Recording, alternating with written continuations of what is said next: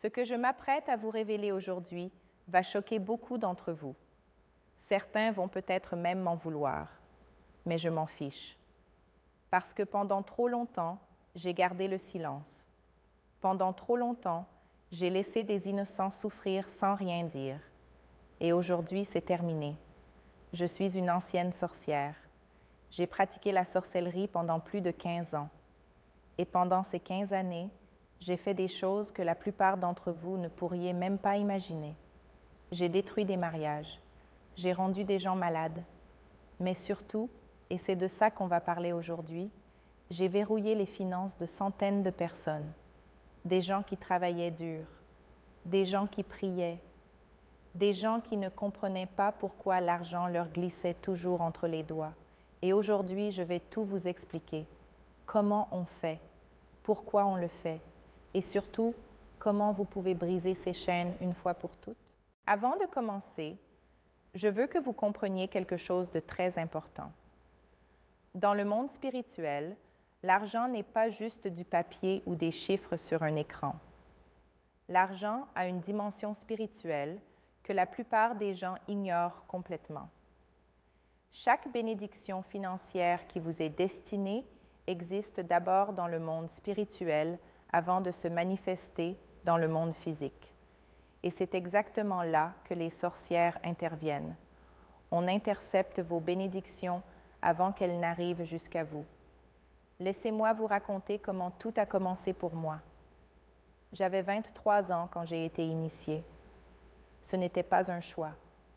Ma propre grand-mère m'a emmenée dans la forêt un soir. Elle m'a dit qu'on allait rendre visite à quelqu'un. Je ne savais pas que cette nuit allait changer ma vie pour toujours. On est arrivé dans une clairière où il y avait déjà 12 femmes assises en cercle. Des femmes que je connaissais, des femmes du quartier, des femmes qui allaient à l'église le dimanche matin avec leur Bible sous le bras. Et pourtant, cette nuit-là, elles étaient assises autour d'un feu, avec des incantations sur les lèvres. Ma grand-mère m'a poussée au centre du cercle, et c'est là que tout a basculé. On m'a donné quelque chose à boire, un liquide noir, amer, qui brûlait la gorge. Et à partir de ce moment-là, j'ai commencé à voir le monde différemment. Je pouvais voir les choses invisibles. Je pouvais voir les anges gardiens des gens. Je pouvais voir leurs bénédictions suspendues au-dessus de leur tête. Et surtout, j'ai appris comment les voler. Maintenant, parlons de ce qui vous intéresse vraiment. Comment est-ce qu'une sorcière verrouille vos finances? Il y a plusieurs méthodes et je vais vous les expliquer une par une. La première méthode, et la plus courante, c'est ce qu'on appelle le rituel du nœud. On prend un morceau de tissu, souvent un tissu qui vous appartient, un vêtement que vous avez porté, quelque chose qui porte votre sueur, votre odeur, et on fait 7 nœuds dedans. Chaque nœud représente un verrouillage différent. Le premier nœud verrouille votre emploi, le deuxième nœud verrouille vos promotions, le troisième nœud verrouille vos contrats, le quatrième verrouille vos investissements, le cinquième verrouille vos économies, le sixième verrouille l'aide que les autres pourraient vous apporter, et le septième est le plus dangereux, il verrouille votre capacité même à penser clairement quand il s'agit d'argent. C'est pour ça que certaines personnes prennent toujours les mauvaises décisions financières. Ce n'est pas de la malchance, c'est un nœud spirituel. Après avoir fait ces 7 nœuds, on enterre le tissu, soit dans un cimetière, soit à un carrefour, soit sous la maison de la personne ciblée. Et tant que ce tissu reste enterré, tant que ces nœuds ne sont pas défaits, la personne va tourner en rond financièrement. Elle va travailler dur, mais ne jamais avancer. Elle va gagner de l'argent, mais le perdre aussitôt. Elle va avoir des opportunités, mais elles vont toujours tomber à l'eau au dernier moment. Est-ce que ça vous parle? Est-ce que vous reconnaissez votre situation dans ce que je viens de décrire? Si oui, ne vous inquiétez pas. On va revenir sur comment briser tout ça. Mais d'abord, laissez-moi vous parler de la deuxième méthode. La deuxième méthode est encore plus sournoise. On l'appelle le coffre-fort spirituel. Dans le monde spirituel, il existe des endroits de stockage, des endroits où les sorcières entreposent les bénédictions qu'elles ont volées aux gens. Imaginez un coffre-fort invisible, dans une dimension que vos yeux ne peuvent pas voir. Et à l'intérieur de ce coffre-fort, il y a votre argent. Pas votre argent physique, non. Votre potentiel financier. Votre onction de prospérité. Tout ce que Dieu avait prévu pour vous en termes de richesse. Je me souviens d'un homme d'affaires très intelligent, très travailleur. Sa femme est venue voir notre groupe parce qu'elle voulait qu'il échoue. Elle ne voulait pas qu'il réussisse parce qu'elle avait peur qu'il la quitte s'il devenait riche. Et nous, on a pris ces bénédictions financières et on les a enfermées dans le monde spirituel. Cet homme a essayé de lancer 7 entreprises différentes. 7. Et chacune d'entre elles a échoué.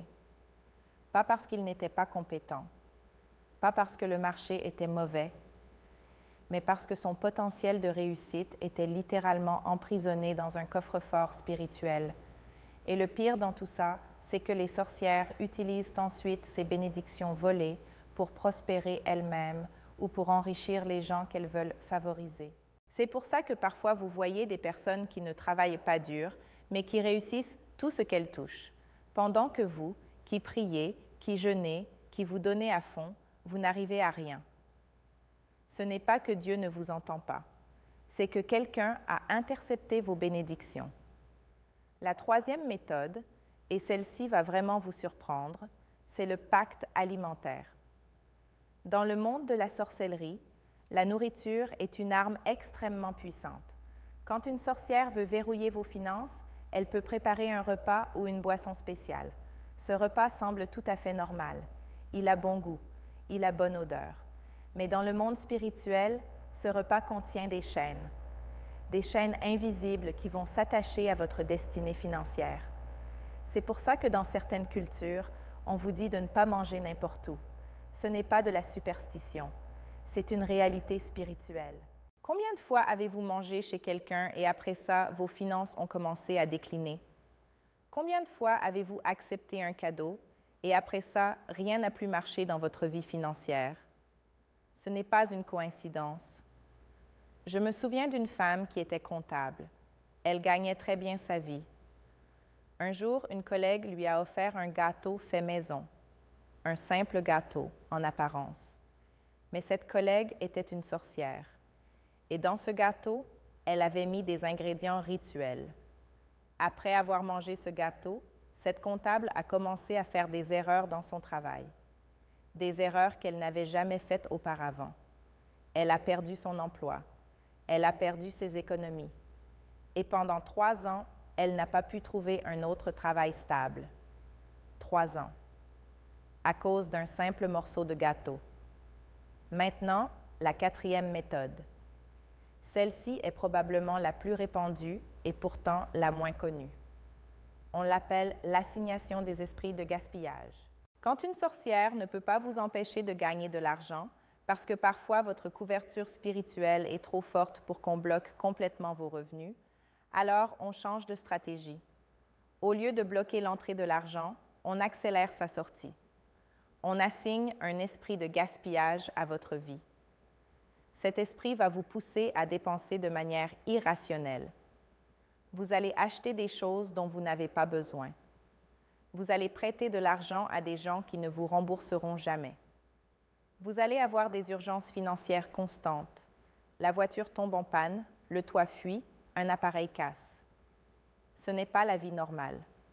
Ce sont des esprits de gaspillage qui créent des situations pour vider vos poches. J'ai personnellement assigné des esprits de gaspillage à des dizaines de personnes, et le résultat était toujours le même. Ces personnes gagnaient de l'argent, parfois beaucoup d'argent, mais à la fin du mois, il ne restait rien, absolument rien. Et elles ne comprenaient pas pourquoi. Elles pensaient qu'elles étaient juste mauvaises en gestion financière. Mais non.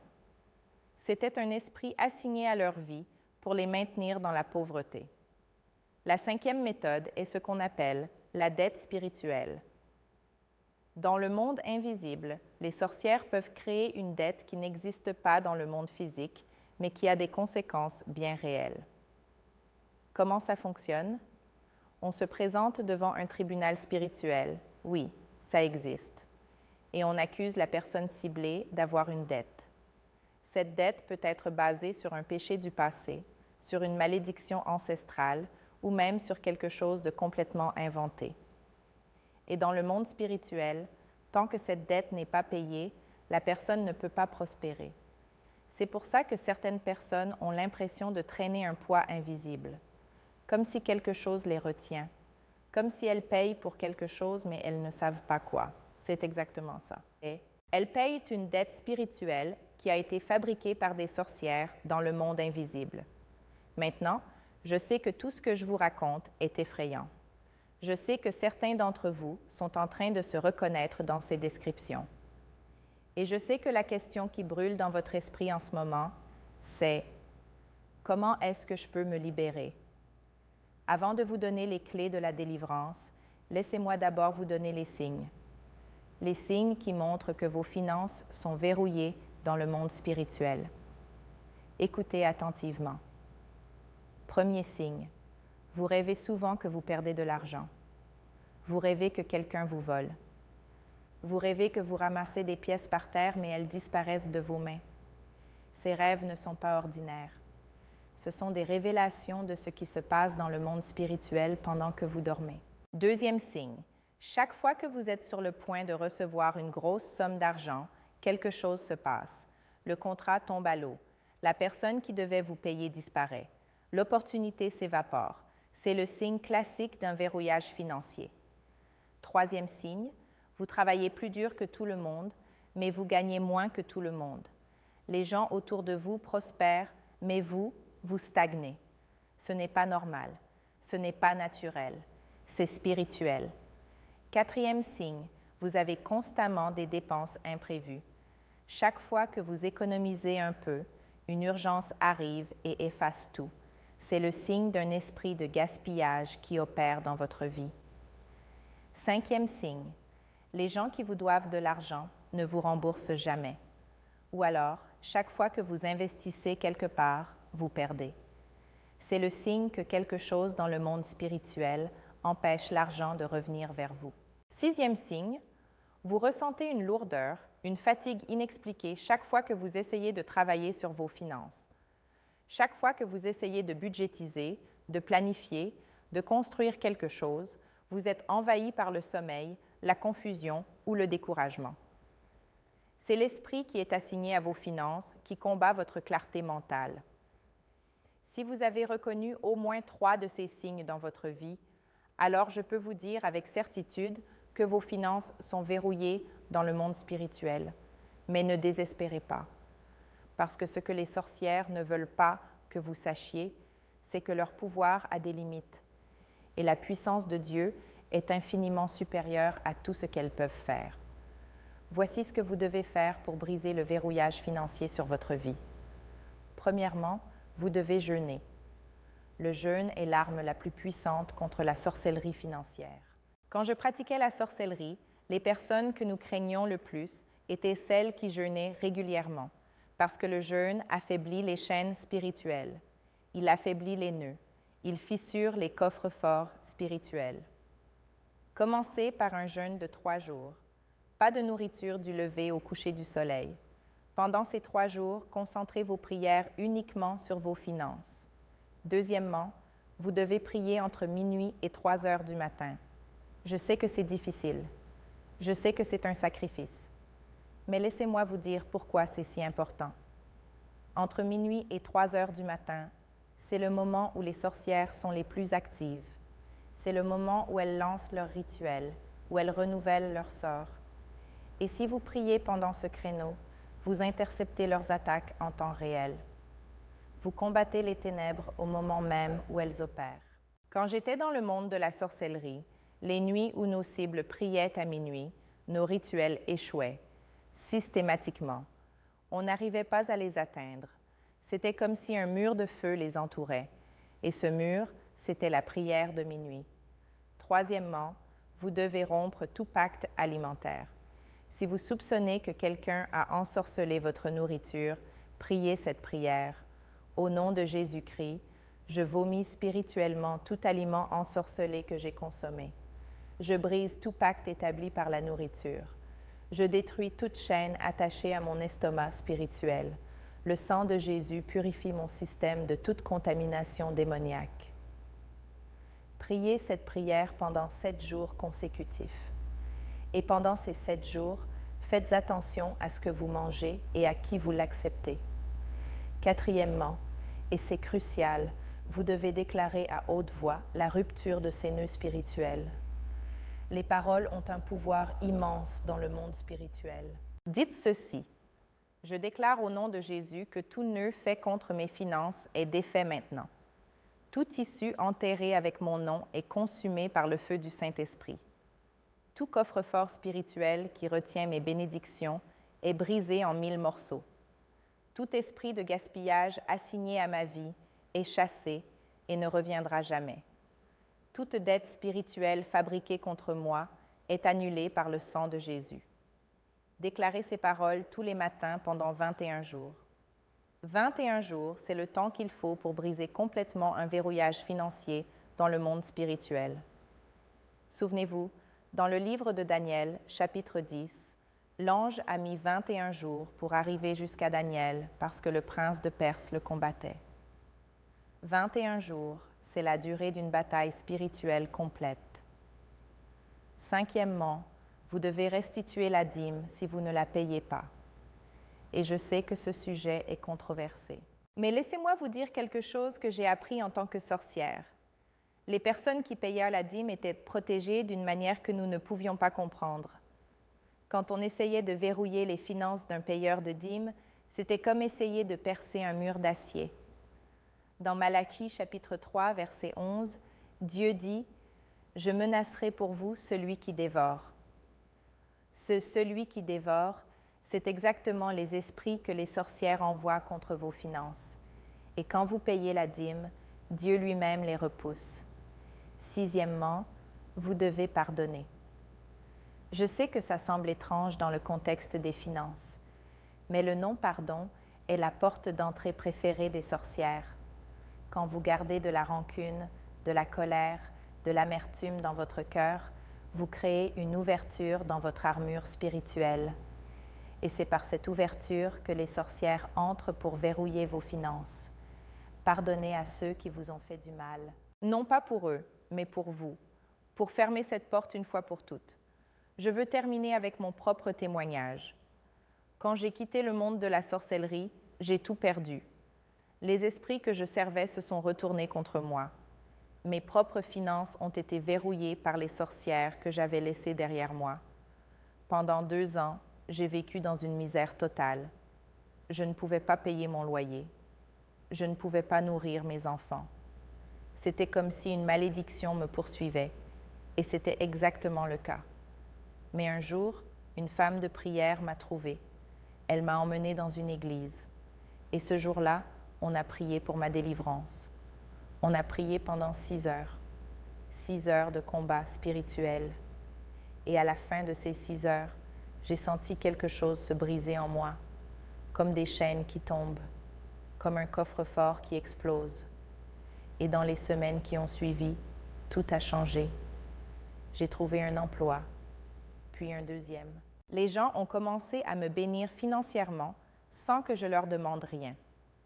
Des dettes que je devais ont été annulées par des personnes qui n'avaient aucune raison de le faire. Dieu est plus puissant que tous les rituels, tous les nœuds, tous les coffres-forts spirituels du monde. Et si vous appliquez ce que je vous ai partagé aujourd'hui, je vous promets que votre situation financière va changer. Pas parce que moi je le dis, mais parce que c'est une loi spirituelle. Quand la lumière entre, les ténèbres doivent fuir. Et aujourd'hui, la lumière est entrée dans votre vie. Je vous encourage à partager cette vidéo avec tous ceux que vous aimez, parce que quelqu'un dans votre entourage souffre en silence. Quelqu'un travaille dur, mais ne comprend pas pourquoi rien ne fonctionne. Cette vidéo pourrait être sa délivrance. Et si vous êtes nouveau sur cette chaîne, abonnez-vous et activez la cloche de notification. Parce que je vais continuer à révéler les secrets du monde des ténèbres pour que vous puissiez vous protéger et protéger votre famille. Que Dieu vous bénisse, que Dieu restaure tout ce que l'ennemi vous a volé et que vos finances soient déverrouillées au nom puissant de Jésus-Christ. Amen.